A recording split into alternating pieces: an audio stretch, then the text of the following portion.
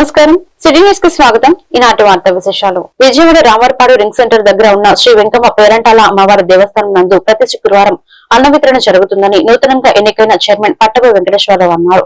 ఈ సందర్భంగా చైర్మన్ వెంకటేశ్వరరావు మాట్లాడుతూ, కమిటీ సభ్యులు చైర్మన్ గా నేను ఎన్నిక జరిగే 50 రోజులు అవుతున్నప్పటికీ కూడా ఎన్నడూ లేని విధంగా ఈ దేవస్థానంలో ప్రతి శుక్రవారం సుమారు 300 మందికి అన్న వితరణ చేస్తున్నామన్నారు.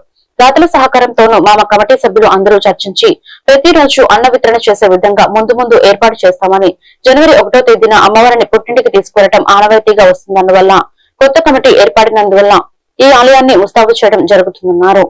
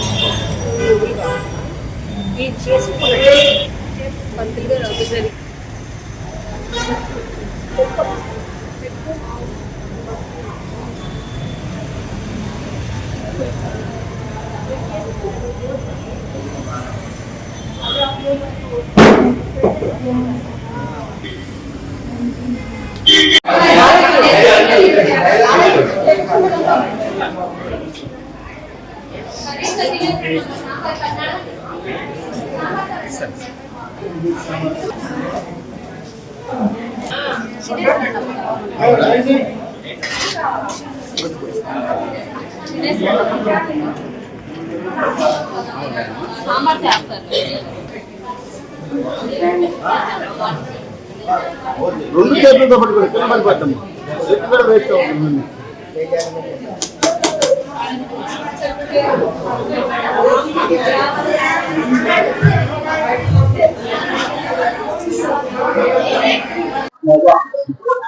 సరే కానీ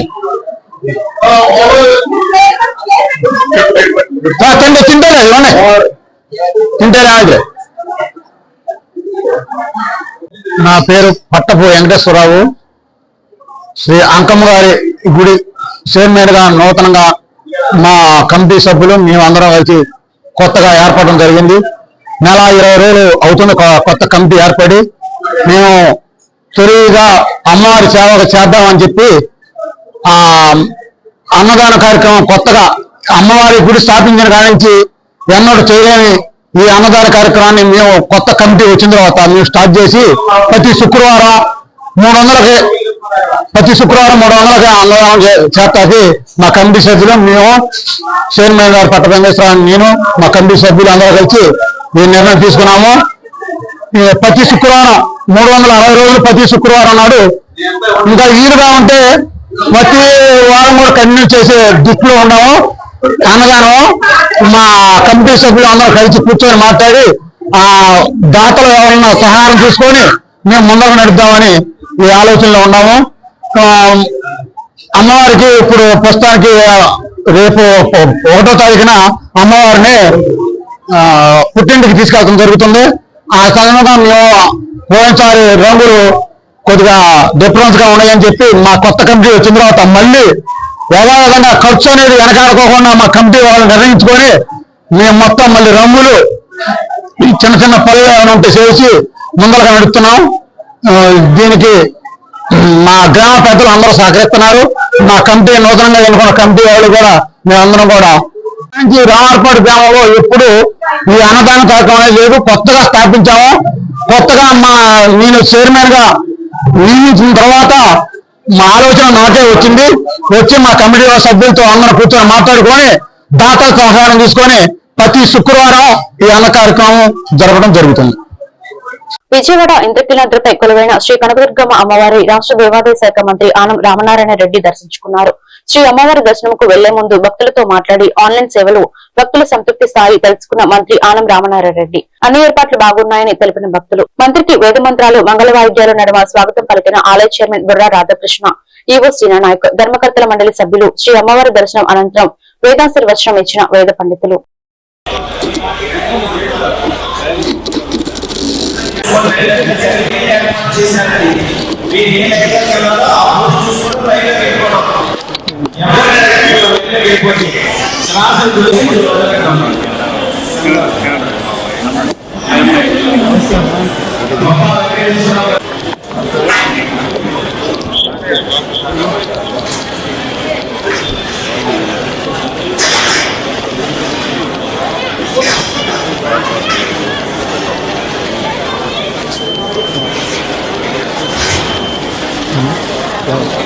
బాగున్నారా?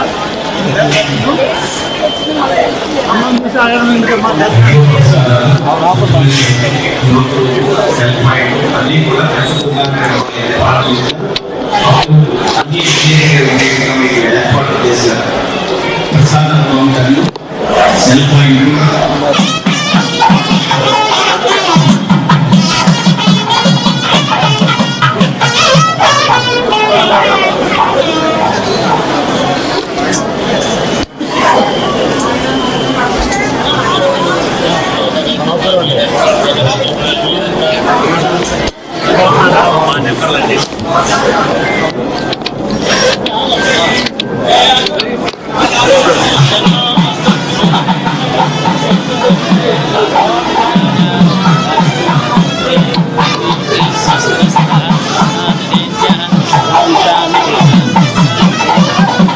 धर्मं बालयति यं बालयति धर्मं शतञ्जेव शरदो वर्धमानयति भवति शतमिति शतन्द्रीर्घमायुर्वर्धयेनावर्धयन्ति शतमेव शताम् 2024లో గుడివాడ 2 టౌన్ పోలీస్ స్టేషన్ లో నమోదైన కేసులో సిరిగురి అర్జున్ రెడ్డి అనే వ్యక్తిని గుడివాడ 2 టౌన్ పోలీస్ స్టేషన్ కు విచారణకు రావాలని ఈ నెల 15వ తేదీన హైదరాబాద్ లో 41A నోటీసులు ఇచ్చామని 2 టౌన్ సీఐ హనీష్ కుమార్ తెలిపారు. 11 గంటలకు పోలీస్ స్టేషన్ కు హాజరైన అర్జున్ రెడ్డిని సుమారు 2.5 గంటల పాటు పోలీసులు విచారించారు. సీఐ మాట్లాడుతూ 2024లో సోషల్ మీడియాలో వచ్చిన అభ్యంతరకర పోస్టులపై అతనిపై కేసు నమోదు అయిందని, కేసులో అర్జున్ రెడ్డి ముద్దాయిగా ఉండటంతో విచారించినట్లు తెలిపారు. హైకోర్టు వారి ఉత్తర్వుల మేరకు ఈ కేసులో దర్యాప్తు ఇంకా కొనసాగుతుందని సీఐ హనీష్ కుమార్ తెలిపారు.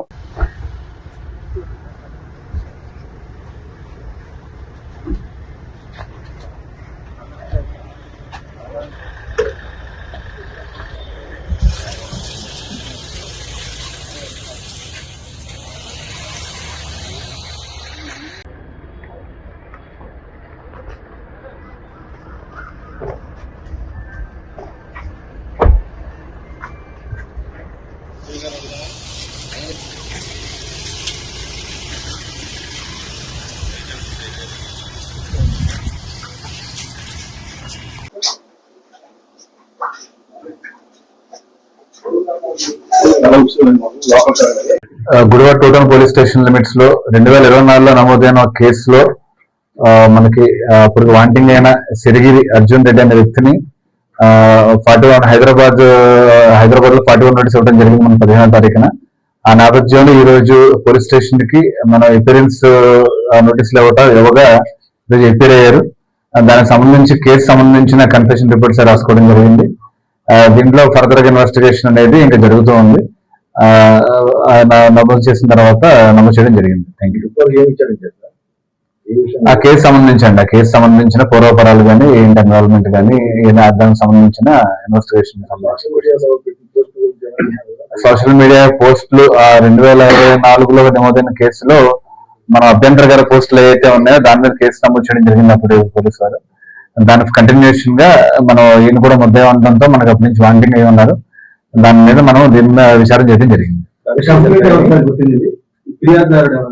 ఫిర్యాదుదారు ఒక చూసి చెప్తానండి. అది ఫిర్యాదుదారు పేరు 41 అంటే 35 నోటీస్ ఇవ్వాల్సిందిగా హైకోర్టు వారు ఆల్రెడీ మనకి ఉత్తర్వులు ఇవ్వడం జరిగింది. ఆ ఉత్తర్వుల మేరకు మనం వీళ్ళకి నోటీస్ ఇవ్వడం జరిగింది. చెప్పారు కాబట్టి ఫర్దర్ గా మనం ఎవిడెన్స్ రిక్వైర్మెంట్ ఉంటే కనుక కంపల్సరీ పిలిచే పరిస్థితి ఉంటుంది. ఆ రిక్వైర్మెంట్ బేస్ చేసుకుని ఉంటుందండి.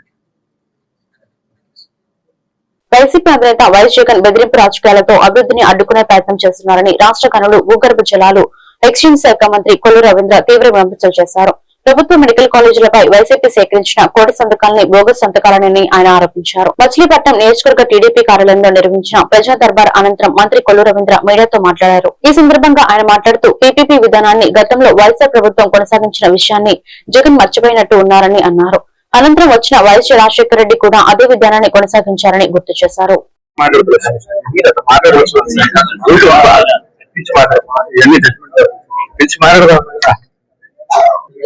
చెప్పారు కదా సచివాలయం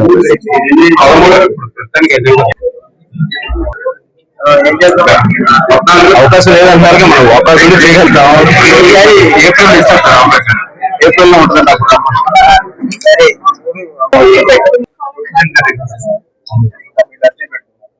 మీ దగ్గర రమ్మని చెప్పాను చెప్తాను. నెక్స్ట్ కట్టావా? మళ్ళీ సచివాలయానికి ఇచ్చారా? మళ్ళీ ఇచ్చారు సార్. అప్పుడు ఇచ్చారు ఇది 90 days 90 రోజుల. ఇక్కడ ఎవరు చూసి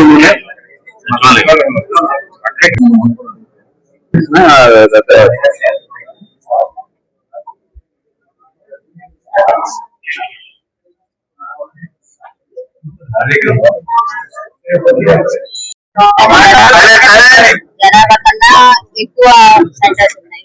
ఎక్కువ జనాభా తక్కువ సెంటర్స్.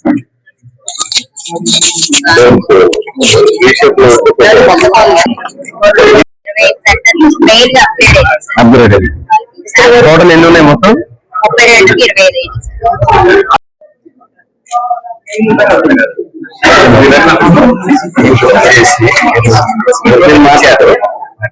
పోలవరం ఎమ్మెల్యే చిరి బాలరాజు మాట్లాడుతూ ఈ నెల 21వ తేదీ ఆదివారం ప్రపంచ ధ్యాన దినోత్సవాన్ని పురస్కరించుకుని జినగోల్లి మండల కామయ్యపాలెం గ్రామంలోని Shri Ramachandra Mission Heartfulness centre నందు ప్రత్యేక ధ్యాన కార్యక్రమం నిర్వహించినట్లు, అలాగే అధికారులు, ప్రజాప్రతినిధులు, కూటమి నాయకులు ఈ కార్యక్రమంలో పాల్గొని విజయవంతం చేయాలని పిలుపునిచ్చారు. 21/12/2025 ఆదివారం 8 గంటల నుంచి 9 గంటల వరకు ప్రపంచ ధ్యాన దినోత్సవంగా ఆ రోజు మొత్తం రాష్ట్రం అంతా కూడా జరుపుకోవడం జరుగుతుంది. ముఖ్యంగా మనం ఈ ధ్యానానికి సంబంధించి ప్రతి ఒక్కరు కూడా, ప్రతి ఒక్క కుటుంబంలో కూడా ఈ ధ్యానం చేస్తే తప్పకుండా వారికి మానసిక ఉల్లాసం, అలాగే శారీరక ఉల్లాసం, ఆరోగ్యంగా ఉండటానికి ధ్యానం చాలా దోహదపడుతుంది. ఇది ప్రభుత్వం కూడా చాలా ప్రతిష్టాత్మకంగా ఈ ధ్యాన దినోత్సవాన్ని కూడా జరుపుకోవడం జరుగుతుంది. వైజాగ్ లో కూడా భారీ ఎత్తున సీఎం గారు, అలాగే డిప్యూటీ సీఎం ప్రధానమంత్రి మోడీ గారి సారథ్యంలో అక్కడ ఈ ధ్యాన దినోత్సవం జరుపుకోవడం జరిగింది. అలాగే ఈరోజు నియోజకవర్గాల్లో భారీగా జరపమని ఆదేశించడం జరిగింది. ప్రపంచ ధ్యాన దినోత్సవం సందర్భంగా ఆదివారం నాడు కాయంపాలెం హార్ట్ఫుల్నెస్ సెంటర్ నందు ఈ ధ్యాన దినోత్సవాన్ని ఘనంగా జరుపుకోవాలని నిర్ణయించడం జరిగింది. కనుక ఆ రోజు జీలిమిల్లి మండలం ఉన్నటువంటి ఎవరైతే అధికారంగా యంత్రాంగం, అలాగే నాయకులు, కార్యకర్తలు అందరూ కూడా కాయంపాలెం ఈ కార్యక్రమానికి విచ్చేసి విజయవంతం చేయాలని మనస్ఫూర్తిగా కోరుకుంటున్నాను. అలాగే ప్రత్యేకించి ఈరోజు ఈ ధ్యానానికి ప్రతి ఒక్కరూ ఉదయం 1 గంట సేపు ఈ ధ్యానం కనుక చేస్తే ప్రతి ఒక్కరు కూడా ఆరోగ్యంగా ఉంటారు.